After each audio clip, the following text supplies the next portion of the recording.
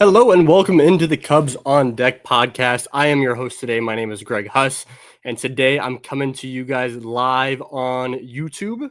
I'm here. We had the brand new intro music. We'll have brand new outro music. Let me know what you think about that. But we're here live today following the MLB Trade Deadline.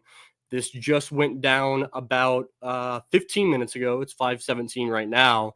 And so you guys live on YouTube watching, let me know if in the comments below, if a trade happens, if word comes out, because obviously the trade deadline happened at 5, but word trickles down here and there for about, I don't know, half an hour afterwards. So if something happens, let me know in the comments because I don't have Twitter pulled up right now as things are going on. But if you guys are listening on or watching on YouTube or listening on your podcast platforms afterwards, this is a live reaction. I'm not putting a whole lot of thought into all the craziness. I'm not here. I mean, this is a prospect podcast, right? This is Cubs on Deck, a prospect podcast. And so we're going to talk about the prospects that got dealt today and yesterday leading up to the trade deadline. And we'll talk a little bit about, were there overpays? Were there underpays? Obviously, like I think the big thing is if you're talking about things from the standpoint of the overarching how Jed and company did at the trade deadline, it was kind of confusing, right? It's kind of weird, kind of a weird deadline. But if you guys could comment below, I want to make sure that you guys are hearing me all right. Everything's coming through on YouTube. That's always tough when I'm going solo on here, just to make sure that you guys can hear me all right. That would be amazing. Just a comment here or there. But yeah, man, I see Bill is here. I'm going to flash some of your guys' comments here from time to time. If you guys have comments, send them my way. I'll obviously acknowledge those and react to some of the comments that you guys have for sure. I appreciate it, John. Let me know that I'm loud and clear. But yeah, man, I'm excited. I'm excited to talk about these trades. I think my game plan is to just kind of go through one by one and really kind of identify the prospects. We saw 4 trades, which is obviously not what we expected.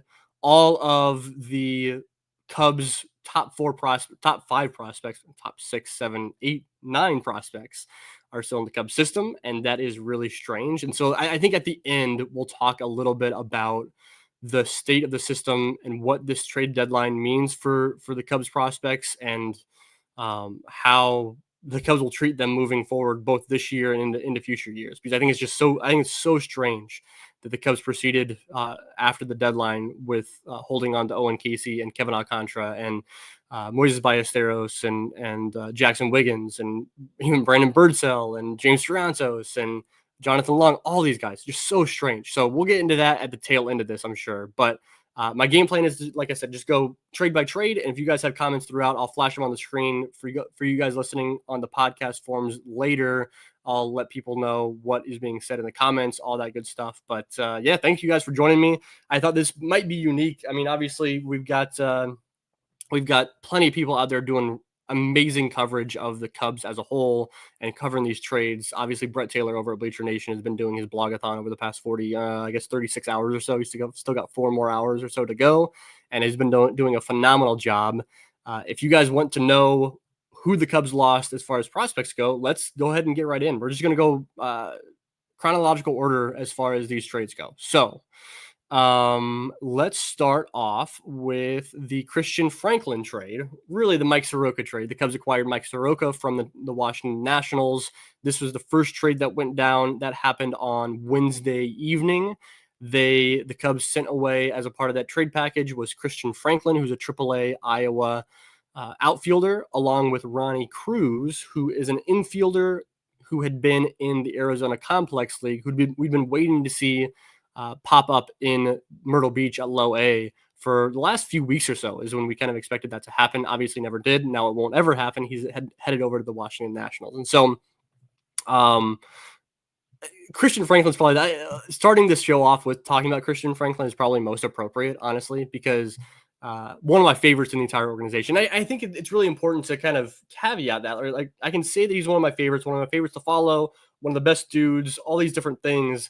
And also say, like, he's not a top 4 prospect in the organization. He's not Owen Casey. He's not Moises Ballesteros. He's still a very good prospect. I had Christian Franklin ranked as my 10th best prospect in the Cubs organization. Now, when I did my new prospect rankings, I left off the newly drafted players. That's the Ethan Conrads and King Kepley's, guys like that. And then also left off anybody that has not made it to a full season affiliate, which includes Ronnie Cruz, which includes Wilfried De La Cruz, which I'll talk about here in a minute. And so obviously those complex guys not included. So there's a few guys here and there, but really I think like besides Ethan Conrad, you can probably slot Ethan Conrad above Christian Franklin. Besides that, like nobody else in the complex or draft should be ranked above Christian Franklin, in my opinion, anyway. So Christian Franklin, top 10 prospect in the Cubs organization, right at number 10. I think that he's kind of a unique situation where he is Rule 5 draft eligible at the end of this year, much like he was last year. He is really honestly blocked at the Cubs major league level, right? We've got the 4 outfielders currently in Chicago and Pete Crow Armstrong, Ian Happ, Kyle Tucker, along with Seiya Suzuki, and then obviously bringing in now Willi Castro in for the Twins, Owen Casey, Kevin Alcantara. There's a lot of outfielders above Christian Franklin in the pecking order. Christian Franklin, in my opinion, is going to be a great fourth or fifth outfielder in the major leagues for quite a few years. I think it's great that he gets to go over to Washington. And really, I know the Washington Nationals traded away Alex Call. He was a guy that I was really wanting the Cubs to go after this trade deadline. A good fourth outfielder that the Nationals had. They traded him over to the Dodgers. And so having Christian Franklin essentially replace Alex Call, I could see Christian Franklin getting bumped up to the major league level very quickly. He was, I believe, 8th in the Cubs organization as far as my offensive metric called BASH goes. He was the 8th best offensive performer in the system this year, was just really a steady performer all around. We know that he had the best plate approach of anybody in the Cubs organization. I'm sure that'll be the case going over to the Washington Nationals as well. The ability to play all 3 outfield positions pretty well defensively, including center field, and then really shows some he can hit the ball hard. It's the thing with Christian Franklin is that ability to pull the ball in the air was just not there over the past few years, including this year. I was really hoping to see a breakthrough this year when it came to that, and we haven't seen that. Now, if he can figure that out, I think that he's a really strong fourth outfielder at the major league level. But yeah, man, I'm disappointed to see Christian Franklin go. Obviously, we had him on this show on Cubs on Deck earlier this past offseason, and he was just a delight to have on the show. I think he was one of our favorites among the people that reached out to me following a lot of the interviews that I do with players. A lot of people said Christian Franklin was one of their favorites. So really, really good to see Christian Franklin get a shot at the major league level, probably with the Washington Nationals. That's super fun. Now, the other piece was obviously Ronnie Cruz.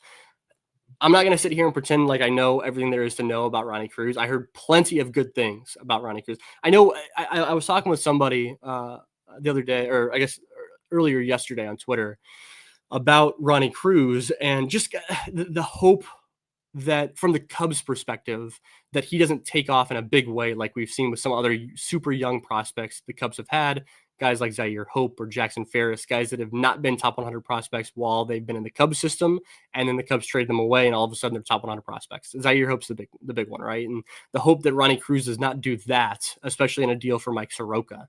But when the Cubs, my view of Ronnie Cruz is not quite as strong as what I felt for Zaire Hope when he came into the Cubs organization, but I've heard nothing but really good things about Ronnie Cruz. I know that my co-host here who couldn't make it, Brian Smith, had Ronnie Cruz ranked as the 10th best prospect in the Cubs organization. And so essentially what you're looking at here with these two players are guys that are in the 10-ish, let's call it 10 to 20 range in the Cubs organization. I know MLB Pipeline had Ronnie Cruz 13 and Christian Franklin 14. I might have had those two flipped. But really two strong prospects, very, very different from the standpoint of, I think Christian Franklin has this really high floor, but maybe a limited ceiling. And Ronnie Cruz has just this huge, wide range of outcomes that he could be. He's still an 18, 19-year-old kid that hasn't even debuted in a full season affiliate yet. There's all kinds of different directions that his career could go. And so for the Cubs to get back into the rotation starter, maybe a better reliever, I'm not sure how they're going to treat him. I really viewed Mike Soroka as a guy that the Cubs could flip over and put in the bullpen during his time with the Cubs. I thought that was the move with Mike Soroka. But after going out and not trading for a starting pitcher, I think Mike Soroka might be a starter, right? And so I thought that he might be more valuable to the Cubs being a really strong reliever. We'll see. Hopefully eat some innings for the Cubs. That's important to get into the postseason. Once you get into the postseason, anything goes. We know that. We need to get there. We need to get to the postseason, and innings eaters is how that's kind of going to happen. So if we're talking overpay, underpay, anything like that, this seems about right for Mike Soroka, right? Christian Franklin was probably going to be low probability that the Cubs added him to the 40-man roster this offseason, just with how many outfielders they already have. And so because of that, I think that he was at risk to be lost in the Rule 5 draft anyways, come December. So I don't think that this is a major overpay. I'm sad to see Christian Franklin go. I'm kind of trying to take my emotions out of this a little bit and looking at this. I know that there's people angry about this one. I saw people online super angry to give up on Christian Franklin and Ronnie Cruz, but I think this isn't too far off, especially after seeing how the market shook out on the day of the deadline today. Relievers and not many starting pitchers dealt at all. Relievers were going for a lot. There's a lot, not a lot going off the board. There were quite a few going off the board, but really it was more so the fact that the prospect capital going in return for some of these guys was pretty outrageous. So, all right, let's see what we got as far as some comments. Any comment before I move on to the next trade? Any comments that you guys have as far as this trade, Mike Soroka for Christian Franklin and Ronnie Cruz? Because I'm curious to see what you guys have to say. I know that John has some good things to say about kind of the trade deadline as a whole and not dealing Casey and Alcantara. We'll get into that for sure by the end of this. That'll be really important. John Clay says Franklin should have a nice major league career, really nice approach to the plate, and definitely some power that he can tap into. Yeah, completely agree. I think that I'm going to be following Christian Franklin's career with the Washington Nationals pretty closely. And Ronnie Cruz, I think that I saw Arizona Phil compare Ronnie Cruz or maybe Wilfred De La Cruz, either of those guys, to how the Dodgers dealt Yordan Alvarez to the Houston Astros for, what was it, Josh Fields maybe. It's I don't know, man. If Ronnie Cruz or Wilfred De La Cruz ends up being Yordan Alvarez, then you kind of tip your cap to the development of the Washington Nationals, right?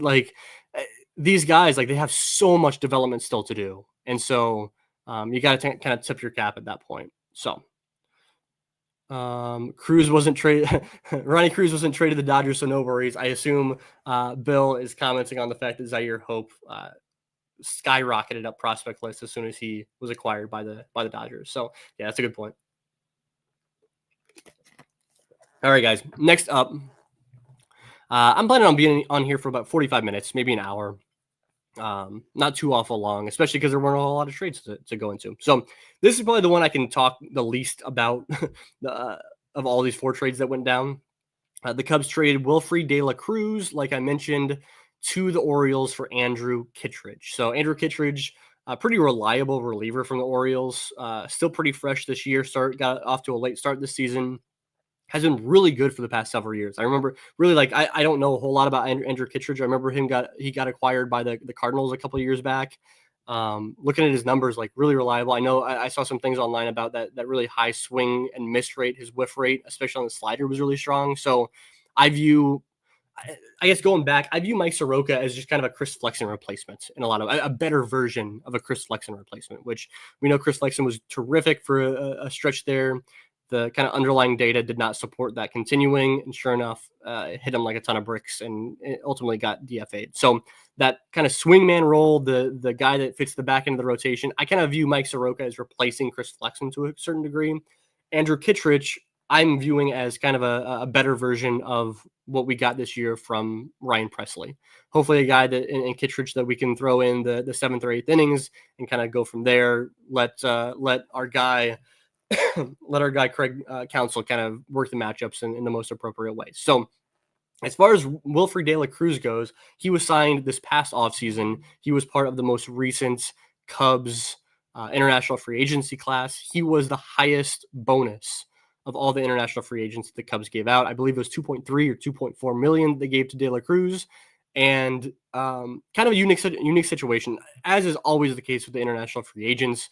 Just because you get the biggest free agency bonus in the international free agent market does not necessarily mean you're the top ranked prospect in the or in that class. And he was not.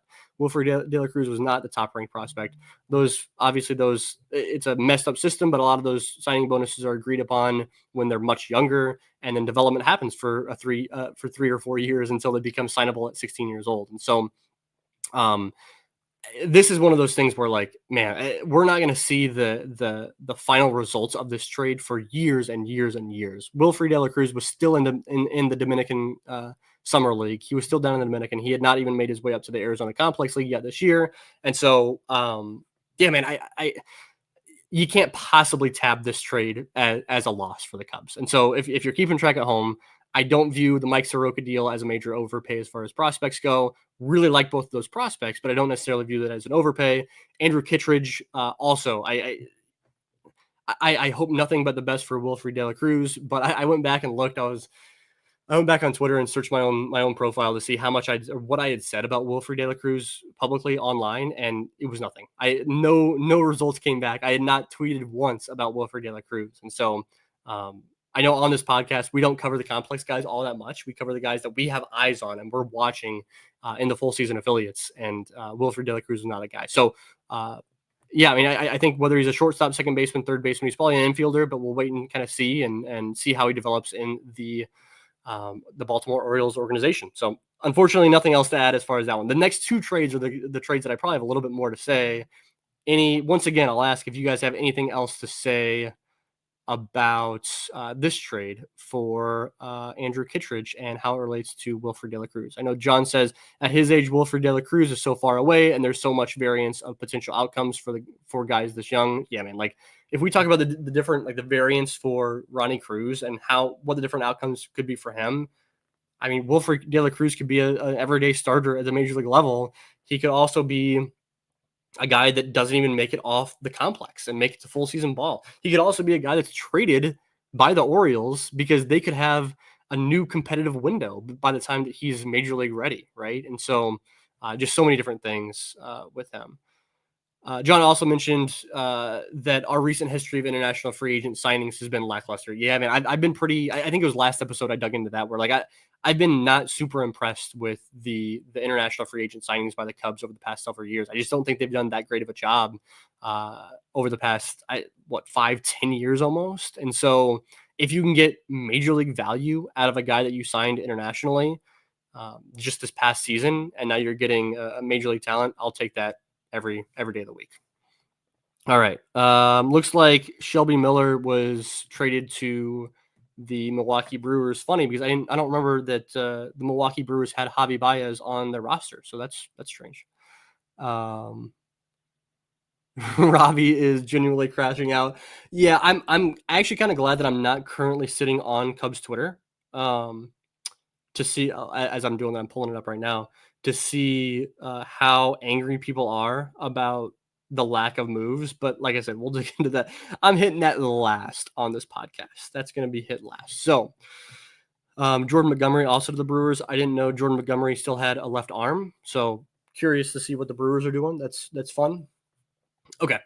Next up on I'm going to skip. We're going to end with the Willi Castro move. That was, in my eyes, the biggest move that the Cubs made. So we're going to end with that one. We're going to flash forward to the news that this was the last trade that I saw on my timeline literally minutes before hopping on this live stream. So Ivan Bredauer, who at the time was in South Bend, was traded to the Pirates for Taylor Rogers, who, if you remember, Taylor Rogers was actually traded from the Cincinnati Reds on Wednesday to the Pittsburgh Pirates. I forget who was going back to the Reds in that deal, but it was Taylor Rogers, lefty reliever, not to be confused with Tyler Rogers, who is the submarine righty twin brother of Taylor Rogers.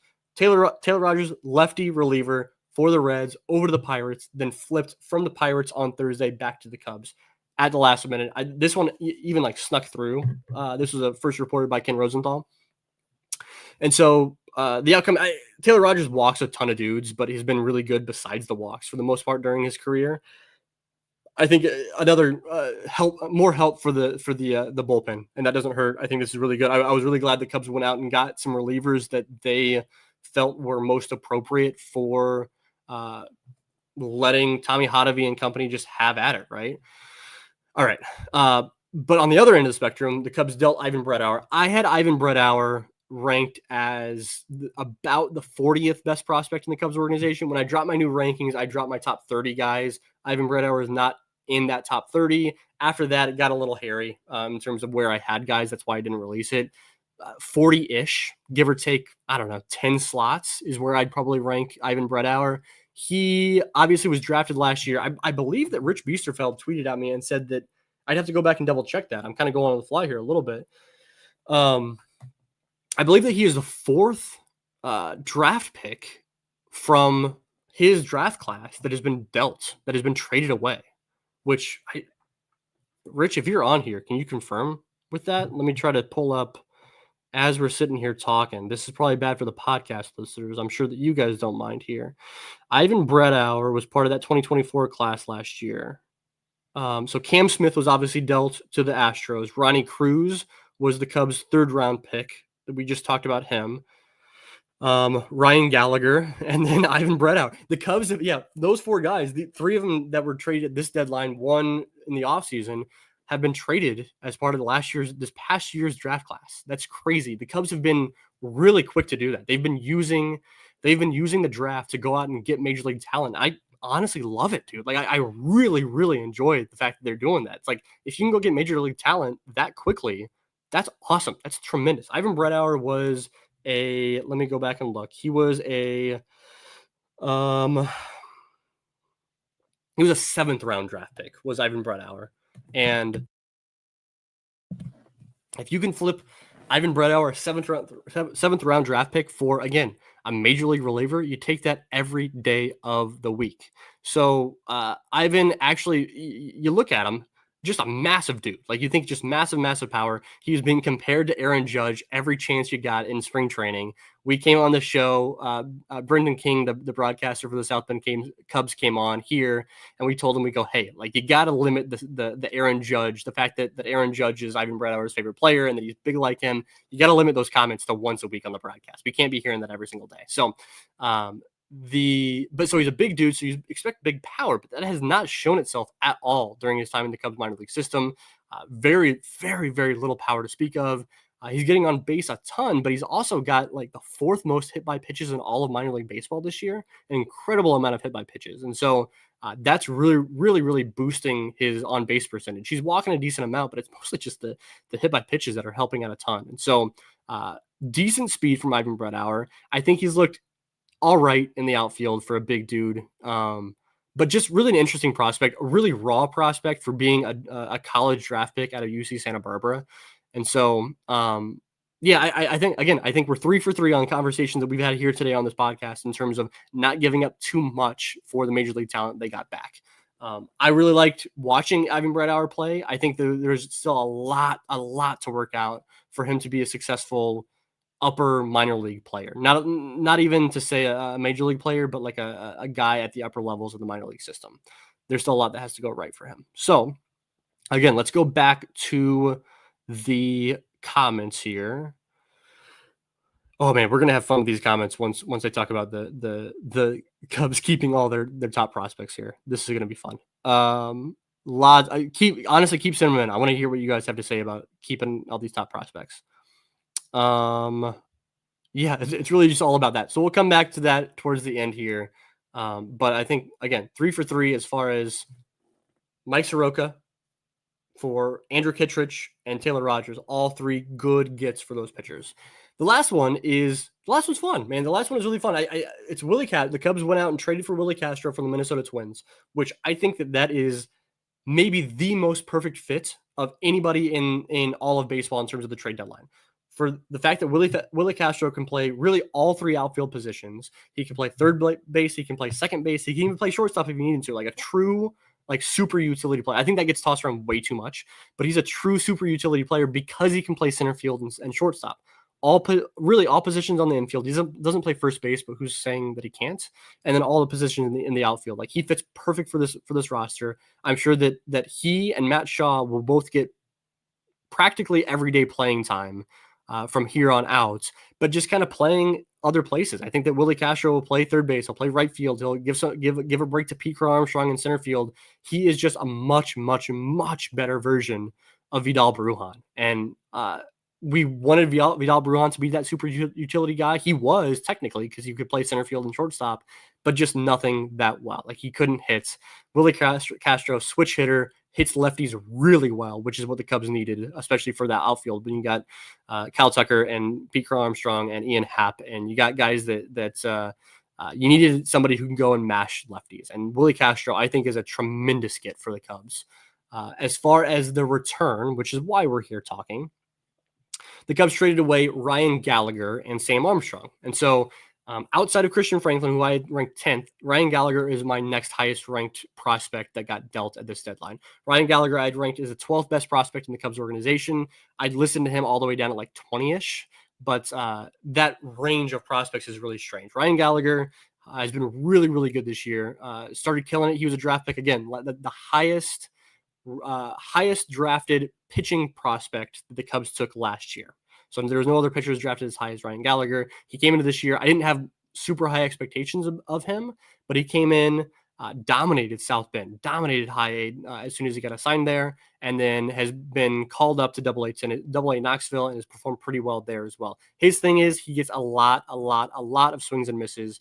The fastball has a little bit of cut ride to it, but it sits in the low 90s. I think the slider is decent. I think the changeup's decent. He has really good offerings across the board. What I look for in starting in pitchers in general, when I'm following their stats in the minor leagues, what I look for most is, do they get swings and misses? It's two stats. It's the swing strike rate, and it is the strikeouts minus walks. And Ryan Gallagher was terrific at both of those things this year. And those things are the most translatable to major league success.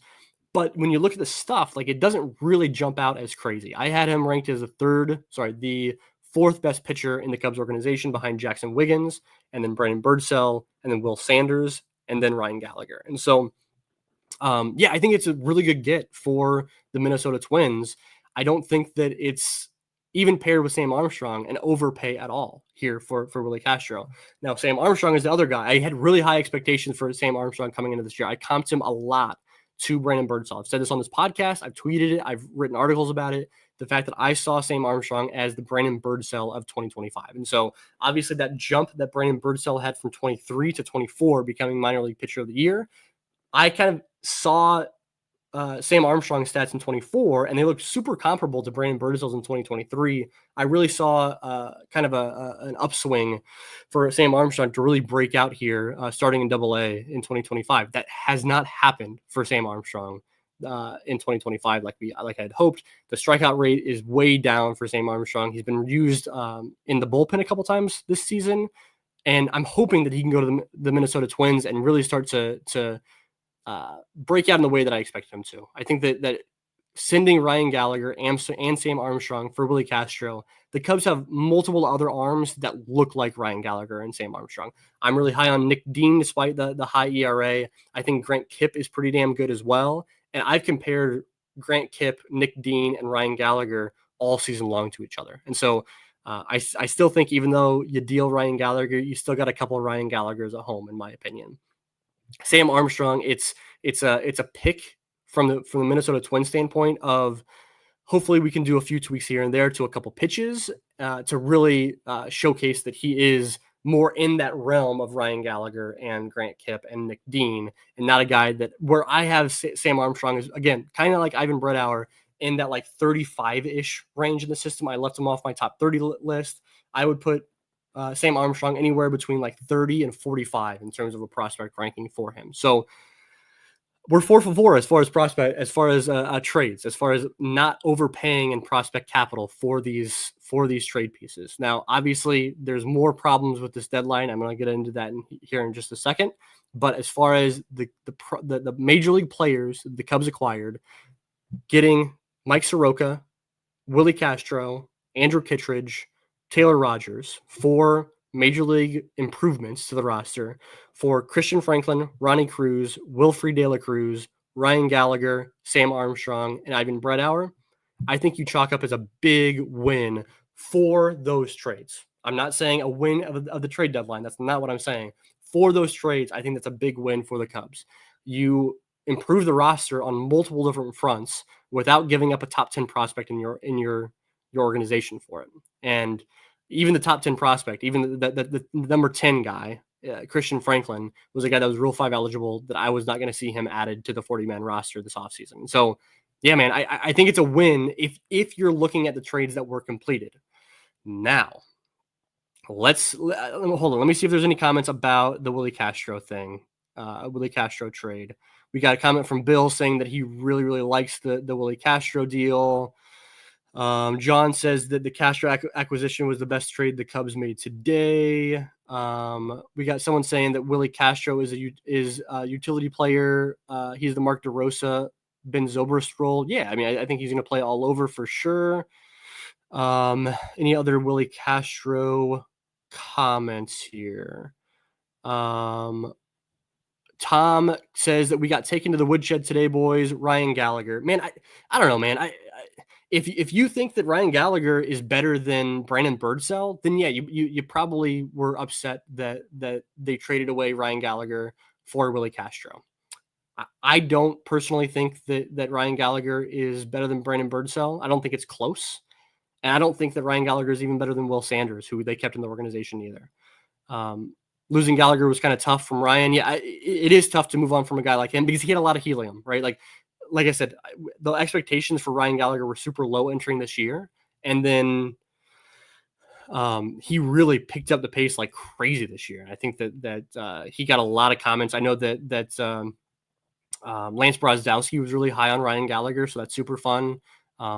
But I think that you have to give up a guy like Ryan Gallagher to get Willi Castro. Yeah, just you can't get ranked with Willi Castro in WAR, his speed, defense, and he's a good platoon bat for sure. Like, yeah, he's going to bring more than I think he has a 0.5 WAR this season. There's more about Castro than just the WAR. Happy about Castro, better version of Brujan for sure. What else we got here? Okay, I think that is it as far as if you're scouting the scouting the stat sheet. Gallagher probably feels like a tough arm to give up. I don't know if the stuff matches the dominance. Yeah, I think the stuff is good. I think the stuff is good. I'm with you. I don't think it's like, I think he has like a 19% swinging strike rate or something crazy like that. I don't think the stuff's that good. I do think the stuff's good though. I think he can be a major league player, but yeah, man, I'm not too hung up on that.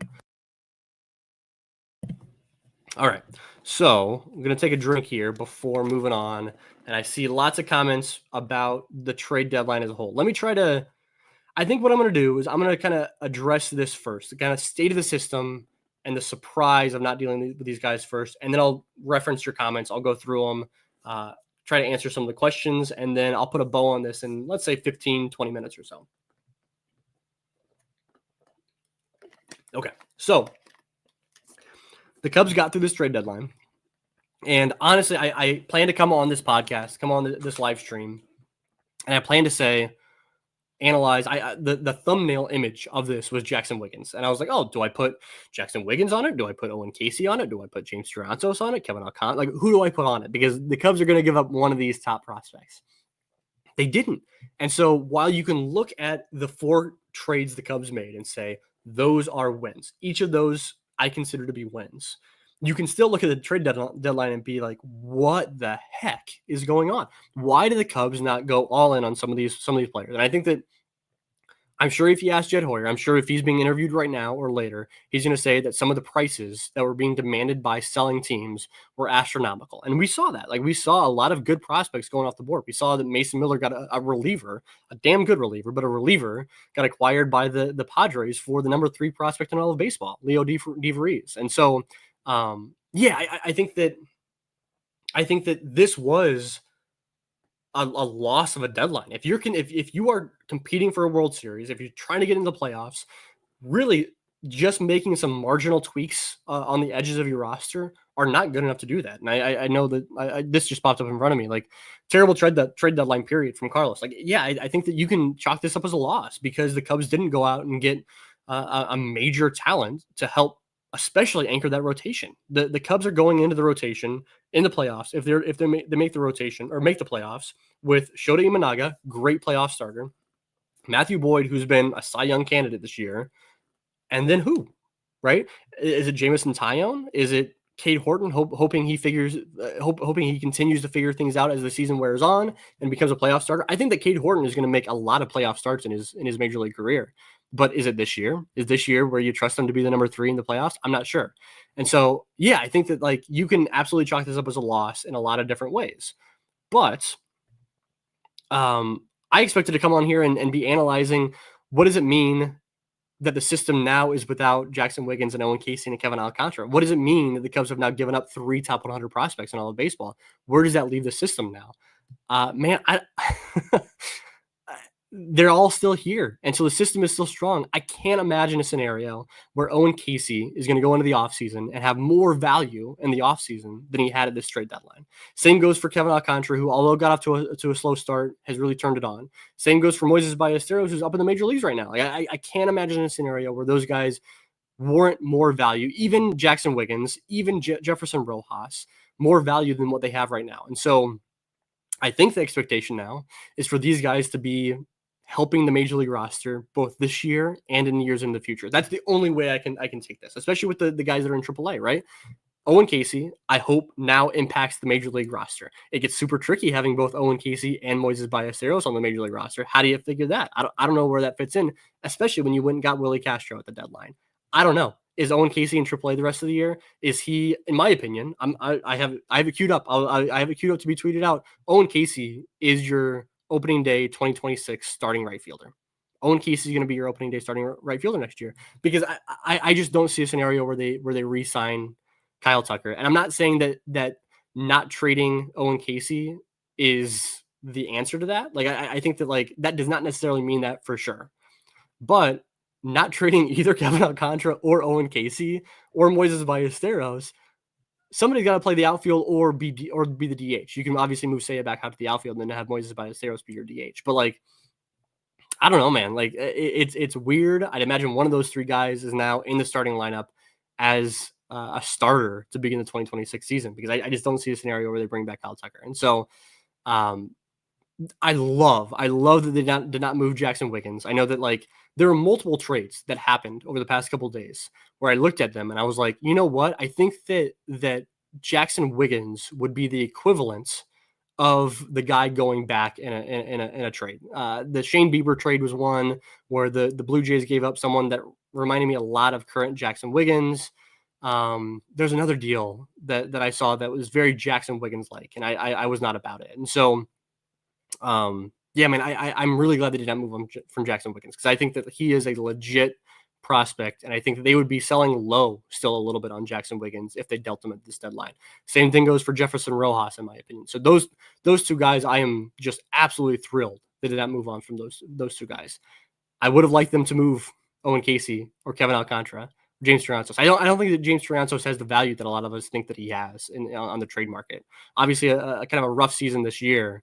But overall, like he was never going to be a headliner for a major deal. I think that he could have been a second piece if it was like Jackson Wiggins plus somebody else plus James Triantos for like a middle of the rotation starter or something like that. That could have happened. But yeah, man, I honestly, I think that because of the way that the Cubs dealt with these trades, I don't have much to say about the state of the system. I think that it's strong. It's still strong. The Cubs traded away all those prospects to get these four major league depth pieces, essentially.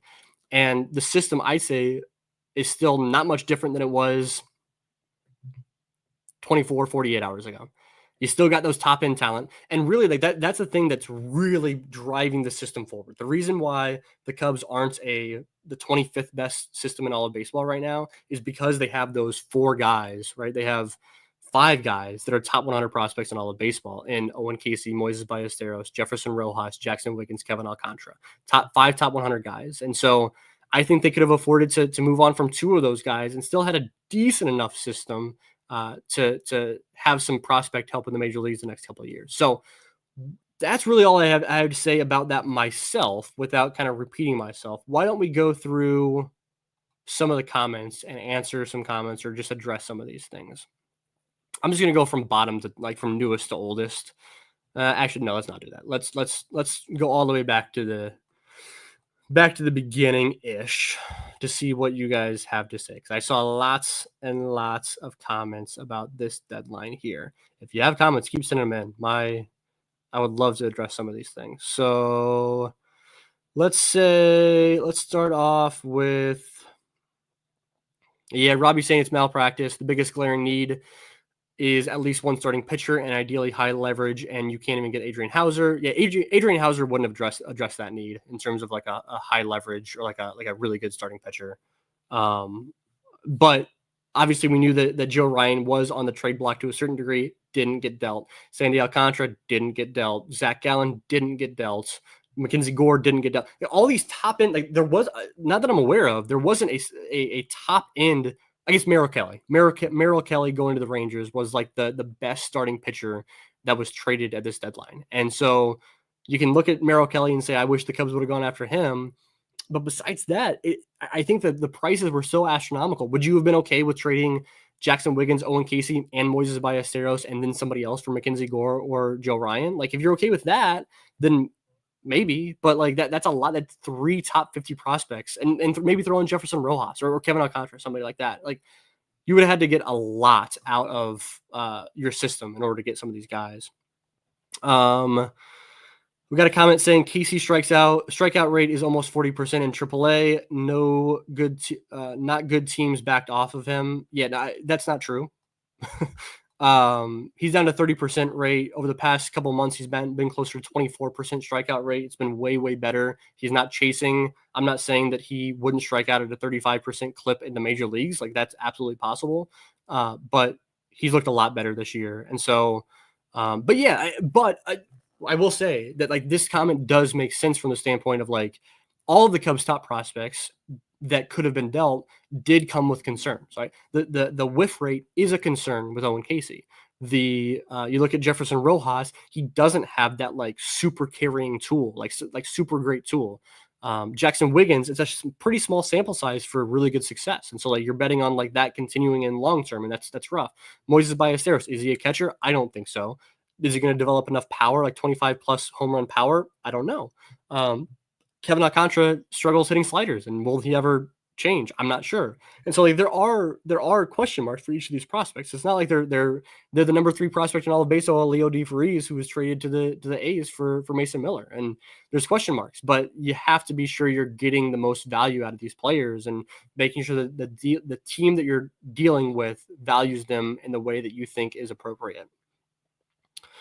Yeah, another comment saying disappointed to not get a top end guy. Taillon and Assad are coming back, but regardless, need Assad. I think that with Taillon and Assad coming back, I think the Cubs really are going to be fine as far as eating innings for the rest of the year, because that's going to be needed with Cade Horton obviously hitting an innings limit at some point. Matt Boyd is already above and beyond what he saw the past few years as far as innings go. They needed a top end of the rotation starter for sure. That's what Michael's saying here. They needed an arm good enough to replace Steele. I absolutely agree. Okay. What else we got here? Most Cubs fans are freaking out. I scouted a lot of these guys as good ads for the Cubs. Yeah, no, I think the guys the Cubs got back, I think, is awesome. And I think that for appropriate trade values from the prospects going away. What else we got? Any other comments that you guys have about the prospects or questions about the prospects, questions about the prospects that weren't traded, things like that? Feel free to send them in. Obviously, prospect podcast. I'm trying to keep this as I'm going to drop this on the Cubs on Deck podcast feeds and YouTube feeds. So trying to keep this as prospect oriented as possible. But this is the trade deadline is where like prospects and major league talent, they all get wrapped together, right? Like this is all one kind of conversation when it comes down to it. Jackson Wiggins, Angels like shock call up. Yeah, Jackson Wiggins, they've obviously been limiting his innings the past month and a half, couple months or so. I don't know. I think that now is more likely that we see him in Chicago this year than 48 hours ago. But because I kept talking about when I was talking about would Jackson Wiggins be a major league contributor this year? Part of what I said was, oh well, the Cubs are going to get 2 starting pitchers and 3 relievers and some top end guys at the trade deadline. So like he's got to surpass some of those dudes that's like competing against him. But that didn't really happen as far as the rotation goes. So that's interesting. Yeah, I would love to see the Cubs announce a Kyle Tucker extension. But okay, actually, that brings up a good point. If the Cubs announce a Kyle Tucker extension at some point here over the next couple of months, it won't happen. But say they do, or say they do extend him this offseason, then you trade Owen Casey. And again, we're back to the problem I was discussing earlier. Well, if you're trading Owen Casey and or Kevin Alcantara this offseason, they're gonna have less value than they had right now. Unless Owen Casey stays in AAA and lowers the strikeout rate to 20% over the next couple of months or next month or so, and continues to bash, like in that case, like he might have more value. But like you're asking for a lot to go right for him to maintain that value. Okay. We got a comment saying almost all of our top position players are AAA position players who are blocked. Why on earth are we keeping them? I don't know why we're keeping them. They're not perfectly blocked. I mean, like they are blocked. Don't get me wrong. Like we have 4 outfielders in Chicago right now. Don't get me wrong. But like I said, Kyle Tucker's gone in the offseason. That fills a spot for Moises Ballesteros and or Owen Casey. Kevin Alcantara is the one I'm most confused about. Was not dealt. He's on the 40-man roster already. He's used an option year this season and last season. Kevin Alcantara is the main guy where I'm confused on why he was not traded at this deadline for sure. All right. Yeah, we shouldn't lose sight of the fact that not losing Casey Wiggins, Mo Baller is a big plus. We didn't lose anyone that might be needed through next season. I agree with that. If you host a podcast where you cover Cubs minor league prospects, then this is great for you as far as content goes because we got more to talk about. And then obviously, like it's gonna be fun seeing them debut in Chicago at some point.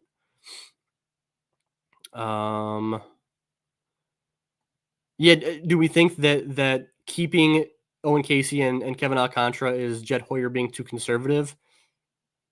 Probably. Jed Hoyer's made it very clear that he does not want to overpay for major league talent. And so I think it's him just being extra careful. Yeah, I saw a comment somewhere else. I'm going to go and pull this one up that mentions Johnny Long. He's another guy where I think his value is probably about as high as it's going to get right now. And so I don't see a scenario where Johnny Long was going to be included as a top prospect. I view him more in that James Triantos where he would be that secondary piece for a big talent. But yeah, I'm surprised that he was not dealt. I'm surprised that he was not. I'm surprised it wasn't Kevin Alcantara, James Triantos, and Johnny Long for Merrill Kelly. Maybe I could have seen something like that happen. Let's see what else we got. We don't have a guy like Andrew Painter who can make an impact down the stretch. We are already using the only arm, Horton, that could have helped us this year. Yeah, if we're looking for prospects that could help the rotation, I'm not saying these guys are playoff starters, but Brandon Birdsell's back. I think we might see him in the major league rotation at some point, or in the major league roster at some point. Like I said, Jackson Wiggins is more likely to be a guy that makes it up to the majors. This John posted this as a quote from an article or a tweet from Megan Montemuro, who I believe is with the Sun Times or the Tribune, saying, quote, I assume that this is actually a quote from John, help me out. This is a quote from Jed Hoyer saying, quote, this is the risk that comes when deferring to make certain upgrades for the roster until the trade deadline versus the trade deadline versus the offseason, giving themselves some financial flexibility. Yeah. I would have rather them spent some more money in the offseason and not have to worry about these trades here at the deadline.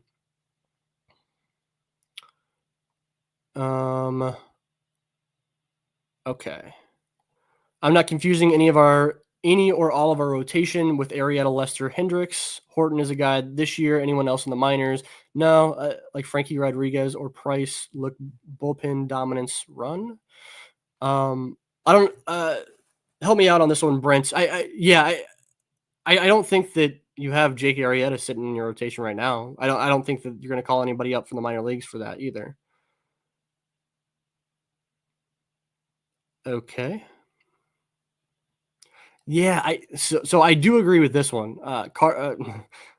Who I assume is not actually Carter Hawkins, comments and says, just like we did with Brennan Davis. Yeah, honestly, like I see that comparison. Well, it's different because Brennan Davis had a lot of injuries, but Brennan Davis was a top, 30 prospect in all of baseball. Didn't move him, ended up getting nothing in return for Brennan Davis. So this is pretty similar. You trade your prospects, play them, or they die. They die on the vine and lose value. Yeah, I mean, like, I think the Cubs should have traded a couple of those prospects for sure. What else we got here? I'm going to wrap this up momentarily. So if you have any other comments, send them in.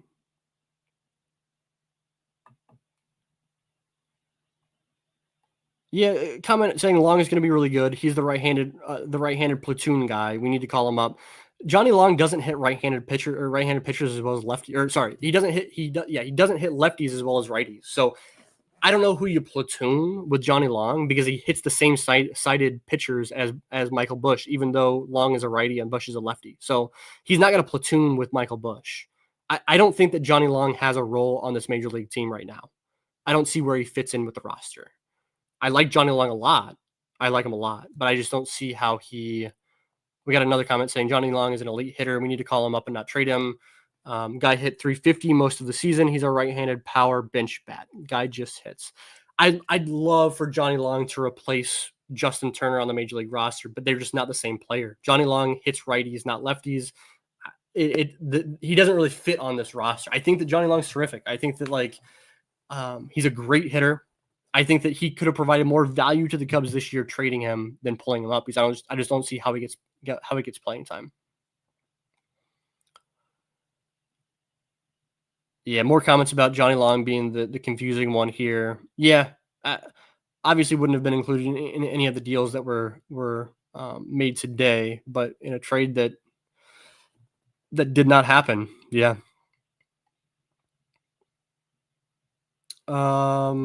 Comments about being okay with giving up prospects for Hauser, Adrian Hauser ended up going to the Tampa Bay Rays, who were also selling, right?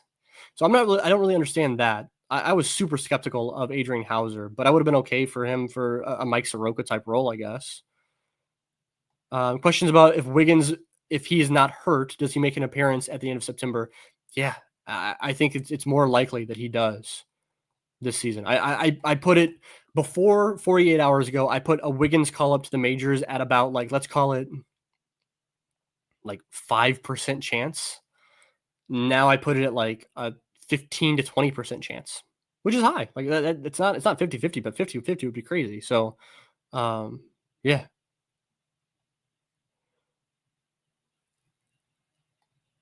Another comment about Johnny Long. Sorry, I'm joining late. I'm sure you covered this. Who do you think was likely gettable for Johnny Long? I think he probably would have fit in a package, not as the primary piece, but as a secondary piece for Merrill Kelly. That's what I would have liked to see is Johnny Long plus more for Merrill Kelly. Okay, looks like Ryan Presley was just DFA'd. I'm sure that was for the Andrew Kittredge parts. All right, any other comments on the prospects, or I'm going to wrap this thing up. Hopefully, I'm sorry, guys. Hopefully this performs well, being listened back to, especially in podcast form. I know it's kind of all over the place. I expected this to be way different when I was doing this live stream and then ultimately a podcast version of the show. I expected the outcome to be different of this trade deadline.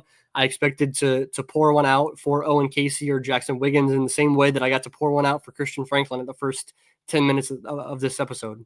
But the trades didn't happen. The system is still basically as strong as it was 48 hours ago. It's going to be fun to be on this podcast talking about Owen Casey and Moises Ballesteros and all these great Cubs prospects that the Cubs have in their top 100s. if I know there's a lot of you guys on here that are tuned in because you're fans of the Major League team and wanted to hear how the Major League team or what we gave up as far as minor league talent for Major League improvements. I know that you might not listen to this podcast on a daily basis, um, but or on a weekly basis. But I think that if you guys want to tune in, if you guys are frustrated with the Major League team, I think the Major League team is still going to be great, guys. I think they're going to be a great team moving forward. But if you want to pay attention to the minor leagues a little bit more, I invite you to come join us for the Cubs on Deck podcast, because we have a blast every single week. We won't be back in your typically we release on Tuesday mornings. I will not be back in your ears come this upcoming Tuesday. We kind of just did an episode smack dab in the middle of our 2 Tuesday episodes here, with this one on Thursday night, releasing on Friday morning.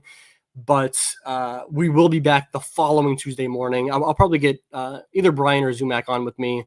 I'm due to have some of the broadcasters join me, whether that's BK or Jason Kemp, or any of the guys down in the minor leagues, to come on the podcast. Maybe I'll get a couple of those guys on as the season winds to a close. So in the meantime, I really appreciate you guys tuning in for this live show. Had at one point 150 or so people joining us, people I'm sure in and out. Really appreciate you tuning in. Give us a like on this. We really appreciate it. Give us a comment. Keep commenting after I roll this out. Let me know who you would have preferred to see the Cubs get at the deadline and for what prospects. Give me your trade proposals. We saw the mock trades before. Let's see the trade proposals on what should have happened afterwards. I'd love to see those in the comments. Thank you guys for always supporting this Cubs on Deck podcast. We'll be back in your ears in about a week and a half. Take care, guys.